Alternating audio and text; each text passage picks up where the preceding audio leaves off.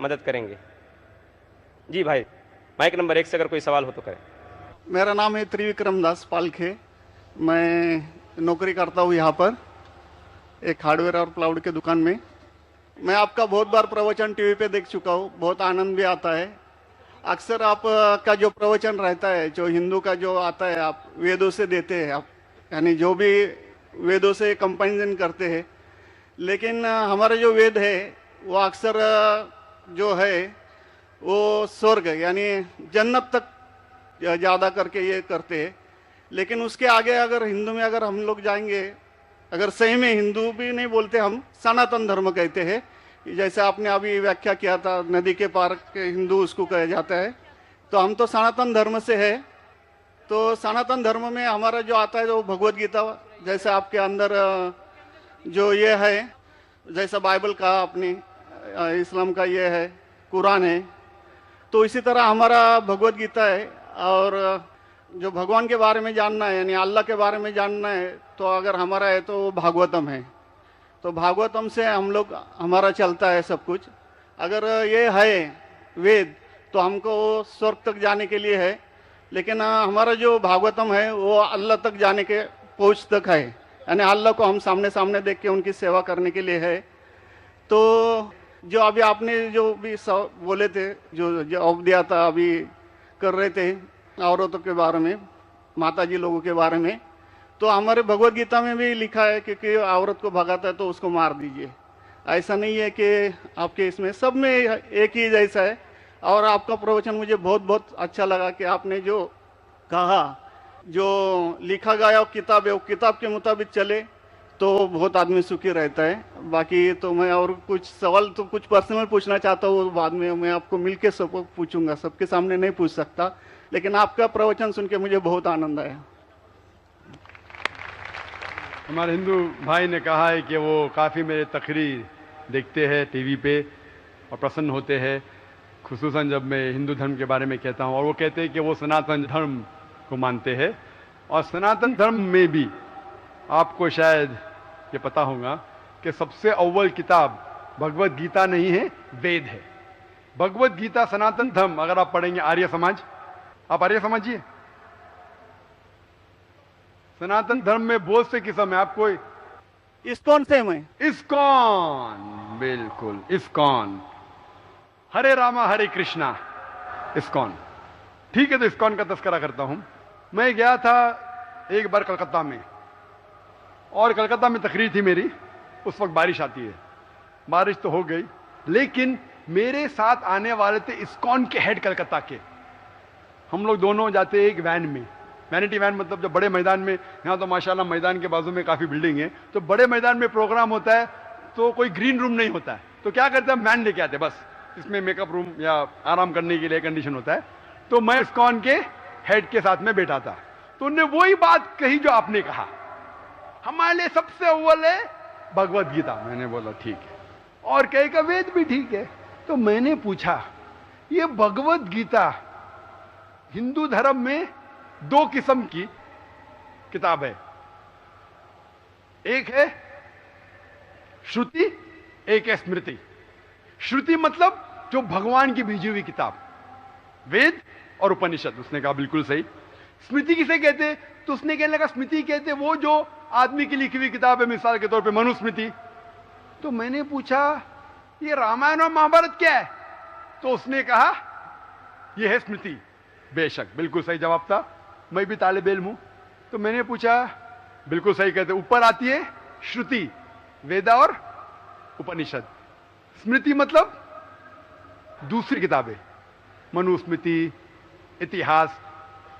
मैंने पूछा ये महाभारत क्या इतिहास है, तो मैंने उससे पूछा गुरुजी ये बात मेरे इल्म के हिसाब से भगवत गीता एक हिस्सा है महाभारत का, 18 चैप्टर का, सही है? अरे बिल्कुल सही है, आप बहुत इल्म रखते। मैंने बेशक। तो जब भगवत गीता महाभारत का हिस्सा है तो महाभारत स्मृति है क्या श्रुति है? चुप बैठे, स्मृति है बोला। तो स्मृति ऊपर क्या नीचे? तो बोले हाँ आपके पास इल्म है ना, इसलिए आप जानते। हम लोग को कहते हैं भगवत गीता ऊंची है, लेकिन हम सही कहते हैं ये भगवत गीता वेद का निचोड़ है। निचोड़ है, लेकिन वेद ऊपर है, खुदा की किताब है। भगवत गीता इंसान की लिखी है, किसके जरिए? स्कॉलर्स के। आपके इस्कॉन के गुरु भी कहेंगे वो, लेकिन आप आम आदमी हैं, आप शायद ये पेचीदा चीजों को जानते नहीं। हम तालिब इल्म हैं, मैं स्कॉलर नहीं हूं, तालिब इल्म हूं तकाबले मज़ाहिब का, इस्लाम एंड कंपैरेटिव रिलीजन का। तो बोले बेशक आप बिल्कुल सही कहते। तो मैं कहूंगा अगर वेद और भगवत गीता में टकराव है, किसकी बात मानेंगे? तो बोले आमतौर पे तो हम कहते हैं भगवत गीता ऊपर है, लेकिन आप सही कहते हैं क्योंकि आपके दिल में।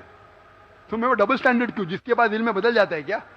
2+2 4 ही रहता है, चाहे वो सेकंड स्टैंडर्ड में या 10th स्टैंडर्ड में 2+2 वही रहेगा, 4 बदलेगा नहीं।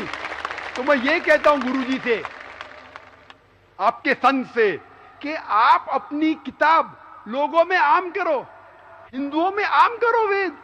लेकिन हिंदू धर्म में सिर्फ ब्राह्मण ही वेद को पढ़ सकता है, क्षत्रिय नहीं पढ़ सकता है। क्यों?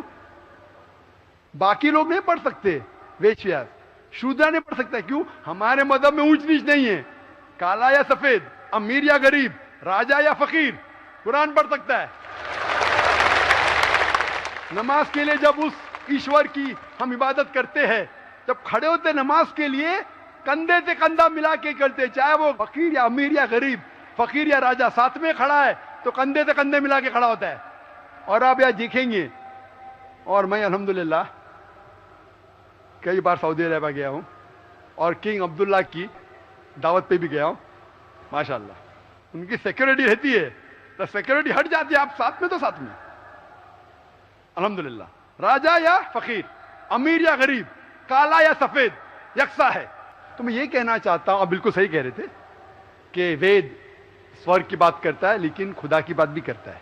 भगवत गीता में भी स्वर्ग की बात लिखा है, खुदा का भी लिखा है। आप बोले अल्लाह के करीब आने के लिए भगवत गीता सही है, बराबर। मैं ये नहीं कह रहा हूँ कि ये वेदों में नहीं कहा है, वेदों में बहुत आखिरी आखिरी में आता है, लेकिन जो भगवत गीता जो है वो डायरेक्ट भगवान हुआ है, यानी अल्लाह ने कहा हुआ है, ऐसा है। तो इसके लिए अभी वेद तो संस्कृत में है, वो पढ़ नहीं सकते, लेकिन जो भगवत गीता है वो बहुत सारी इसमें ट्रांसलेशन हो गई है। और जो भगवत गीता है बहुत सारे आदमी ने यानी लिखी हुई है, करीबन 200-300 लोगों ने लिखी है अपने अपने हिसाब से। हाँ, बिल्कुल सही कहा। लेकिन इस्कॉन का जो गीता है भगवत गीता, वो गुरु परंपरा में है, वो भी आदमी है, एज इट इज लिखा हुआ है। यानी वो परंपरा में अगर गया तो वो कृष्ण तक गया, यानी जिसने जो कहा है वो एज इट इज है, इसके लिए उसका लिखा हुआ as it is Bhagavad Gita. आपके स्वामी प्रभुपदा, बराबर? यस, बराबर हुआ, स्वामी प्रभुपदा। प्रभुपदा इंसानी थे ना? हाँ, इंसानी थे ना, मैं किधर ना बोल रहा हूँ। ये हमारा कुरान जो है ना, डायरेक्ट अल्लाह की तरफ से, तो ना मोहम्मद सल्लल्लाहु अलैहि वसल्लम ने लिखा है। वही बोल हम लोग ने ये कुरान जो है डायरेक्ट अल्लाह की नाजिल यूं बहू। इसलिए जितने भी दिगर मज़ाहिब की किताब है, जैसे वक्त जाने लगे बदलते गए।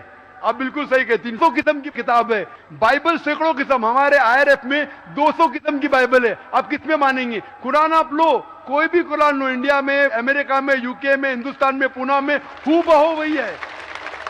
एक लफ्ज की बात दूर रही, आ की मात्रा, ई की मात्रा, जबर जेर पेश, वो भी फर्क नहीं है, फत्ता दम्मा कसरा में भी फर्क नहीं है।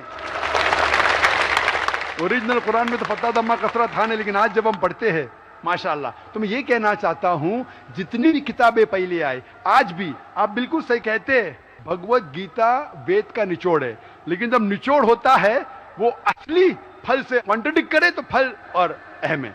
मैं बिल्कुल मानता हूं, स्वामी प्रभुपदा मानते हैं कि भगवत गीता क्या है? वेद का निचोड़ है। और वो कहते हैं, मैं भी पढ़ चुका हूं, आपकी Bhagavad Gita as it is पढ़ चुका हूं, उसमें ही लिखा, उसका ही ट्रांसलेशन था। भगवत गीता अध्याय नंबर 7 श्लोका नंबर 20 में, जो कोई दुनियादारी के पीछे भागता है वो गलत खुदाओं के पीछे भागता है। आपकी भगवत गीता में लिखा है एज इट इज में। और उसका अगर प्रीफेस पढ़ेंगे, उसमें लिखा है कि ये जो वेद है वो गाय है, भोज से गाय है, और कृष्ण क्या है? दूध निकालने वाला इंसान। और दूध क्या है? भगवत गीता है। सही कह रहा हूं कि नहीं? प्रीफेस में लिखे है। कौन कहता है? आपके स्वामी प्रभुपदा। मुझे उसका ट्रांसलेशन पसंद है। अक्सर हमारे वहां भी माशाअल्लाह 50 से ज्यादा भगवत गीता है। मैं लेकिन स्वामी प्रभुपदा की गीता को पसंद करता हूं, अच्छी गीता है, इसीलिए मैं प्रीफेस कह रहा हूं। लेकिन उसमें भी लिखा हुआ है, उसके अंदर भी वो निचोड़े वेद का निचोड़ है, लेकिन निचोड़ मतलब नहीं कि असल फल को गाय को छोड़ देंगे। गाय चले जाएंगी तो दूध क्या करेंगे आप? गाय रहेंगी तो दूध मिलते रहेगा ना। दूध को लेंगे, गाय को मार देंगे, दूध आपका खत्म हो जाएगा भाई। गाय को जिंदा रखो, रोज दूध लो, बराबर के नहीं? दूसरे बच्चे पैदा करेंगे गाय, लेकिन तो गाय को मत छोड़िए। इससे हमें पता लगता है, उसमें लिखा हुआ है, आपके वेद में लिखा हुआ है कि और एक पैगंबर आने वाला है। आपकी भगवत गीता में लिखा है चैप्टर नंबर 4 में वर्ष नंबर 7 से 8 में, यदा यदा धर्मस्य, यानी युग युग में जब भी परेशानी आएंगी इस धरती पे, तो मैं एक रूप हासिल करूंगा, अवतार। अवतार की सही मानी आपको मिलेगा वेद से।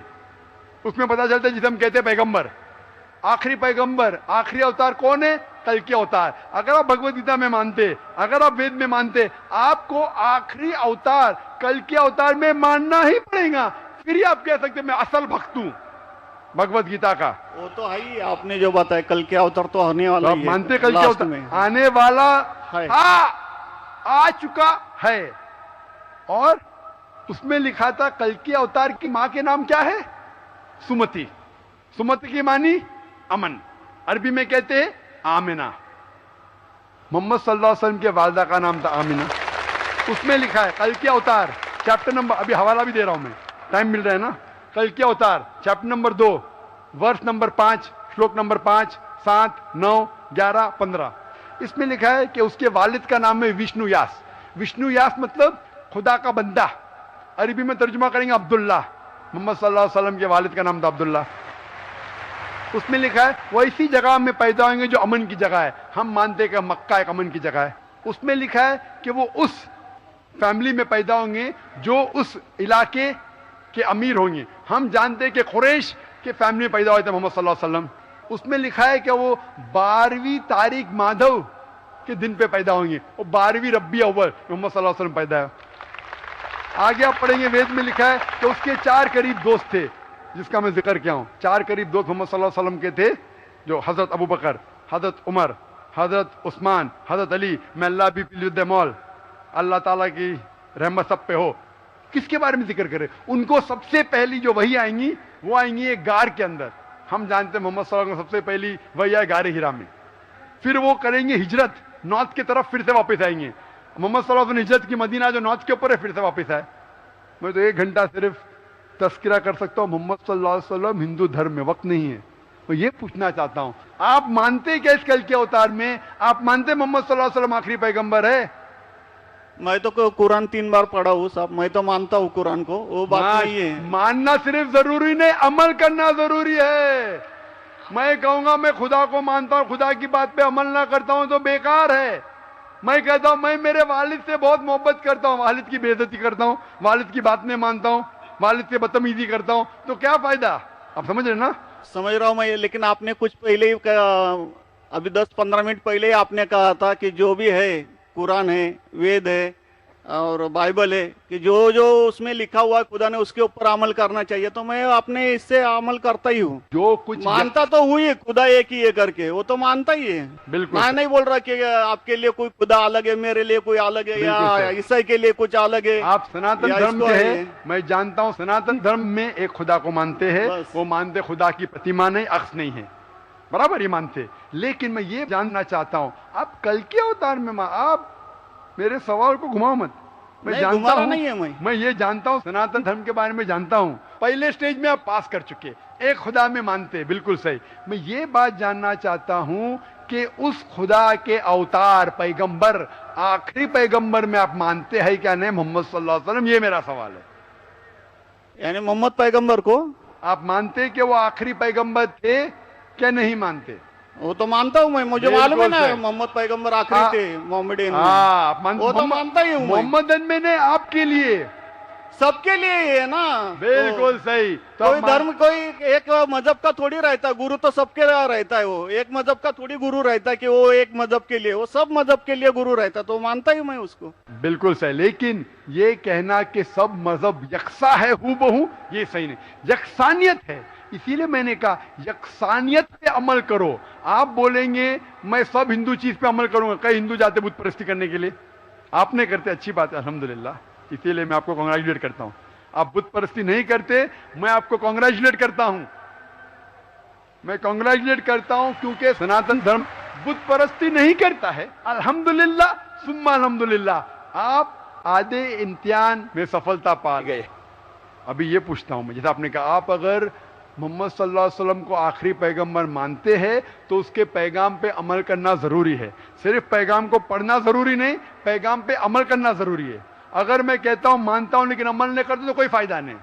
तो ये होता है कि अपने मन से खुदा की बात जो आखिरी पैगाम है कुरान शरीफ और आखिरी पैगंबर मोहम्मद सल्लल्लाहु अलैहि वसल्लम में मानना जरूरी है, फिर ही आप सही तरीके से मजहब को पहचान सकेंगे। Hope that answers the question. नहीं, थैंक यू। कुछ बोलेंगे आपको? मुझे ये कहना चाहिए था, अभी आप बोल रहे थे अमल करना चाहिए, अमल करना चाहिए, तो मैं मोमिन बनने का पूरा कोशिश किया, क्योंकि मैं वो मोमिन का क्या रहता है वो 3-4 इसमें सुन चुका हूँ।